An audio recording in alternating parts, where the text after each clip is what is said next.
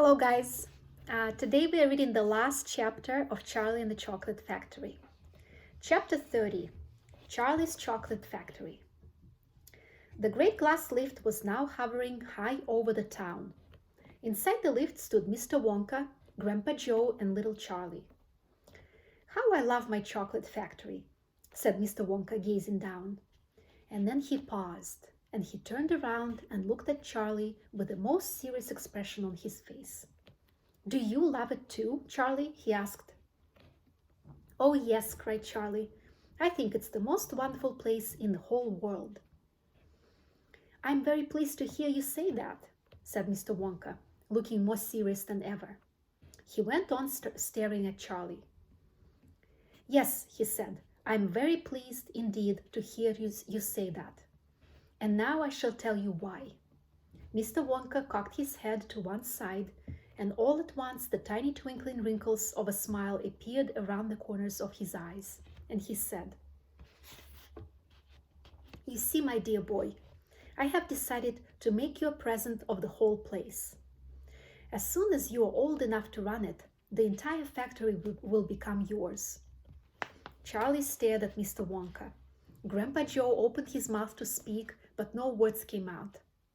"It's quite true," Mr. Wonka said, smiling broadly now. "I really am giving it to you. That's all right, isn't it?" "Giving it to him?" gasped Grandpa Joe.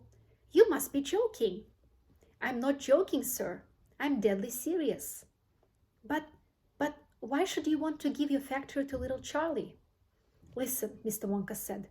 "I'm an old man. I'm much older than you think. I can't go on forever. I've got no children of my own, no family at all.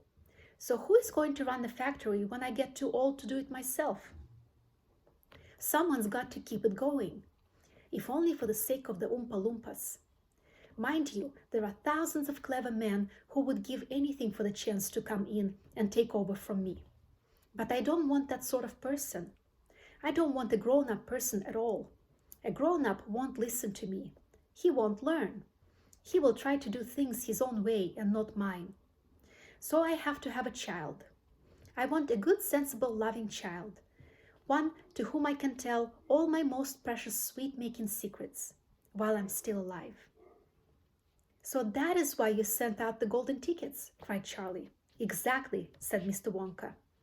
"I decided to invite 5 children to the factory, and the one I liked best at the end of the day would be the winner."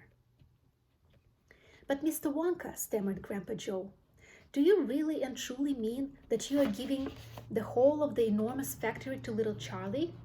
After all—" "There's no time for arguments," cried Mr. Wonka. "We must go at once and fetch the rest of the family, Charlie's father and his mother and anyone else that's around. They can all live in the factory from now on. They can all help to run it until Charlie is old enough to do it by himself. Where do you live, Charlie?" Charlie peered down through the glass floor at the snow-covered houses that lay below. "It's over there," he said, pointing. "It's that little cottage right on the edge of the town, the tiny little one." "I see it," cried Mr. Wonka, and he pressed some more buttons and the lift shot down towards Charlie's house. "I'm afraid my mother won't come with us," Charlie said sadly. "Why ever not?" "Because she won't leave Grandma Josephine and Grandma Georgina and Grandpa George." "But they must come too." "They can't," Charlie said. "They're very old and they haven't been out of bed for 20 years.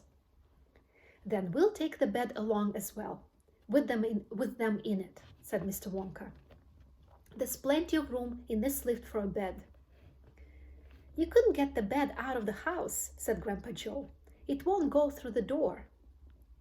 "You mustn't despair," cried Mr. Wonka. "Nothing is impossible. You watch." The lift was now hovering over the roof of the Bucket's little house. "What are you going to do?" cried Charlie. I'm going right on in to fetch them," said Mr. Wonka. "How?" asked Grandpa Joe. "Through the roof," said Mr. Wonka, pressing another button. "No!" shouted Charlie. "Stop!" shouted Grandpa Joe. Crash went the lift, right down through the roof of the house into the old people's bedroom. Showers of dust and broken tiles and bits of wood and cockroaches and spiders and bricks and cement went raining down on the three old ones who were lying in bed. And each of them thought the end of the world was come. Grandma Georgina fainted. Grandma Josephine dropped her false teeth. Grandpa George put his head under the blanket, and Mr. and Mrs. Bucket came rushing in from the next room. "Save us!" cried Grandma Josephine. "Calm yourself, my darling wife," said Grandpa Joe, stepping out of the lift. "It's only us." "Mother!" cried Charlie, rushing into Mrs. Bucket's arms. "Mother, Mother, listen! Listen to what happened. We are all going back to live in Mr. Wonka's factory, and we are going to help him to run it. And he's given it all to me. And... "What are you talking about?" said Mrs. Bucket. "Just look at our house," cried poor Mr. Bucket. "It's in ruins." "My dear sir," said Mr. Wonka, jumping forward and shaking Mr. Bucket warmly by the hand, "I'm so very glad to meet you.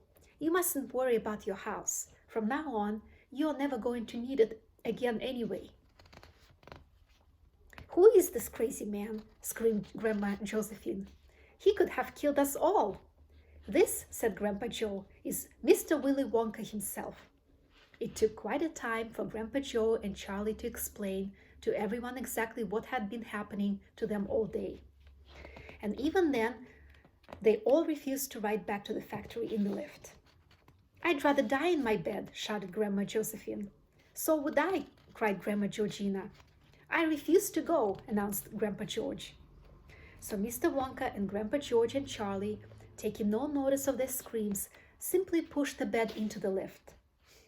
They pushed Mr. and Mrs. Bucket in after it. Then they got in themselves.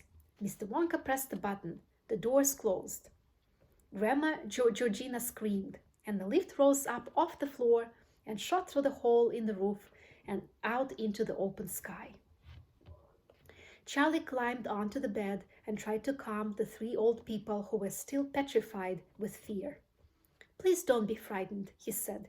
It's quite safe, and we are going to the most wonderful place in the world." "Charlie's right," said Grandpa Joe. "Will there be anything to eat when we get there?" asked Grandma Josephine. "I'm starving. The whole family's starving." "Anything to eat?" cried Charlie, laughing. "Oh, you just wait and see." All right, this is the end of chapter 30 and the end of our chapter book. So great job, you guys.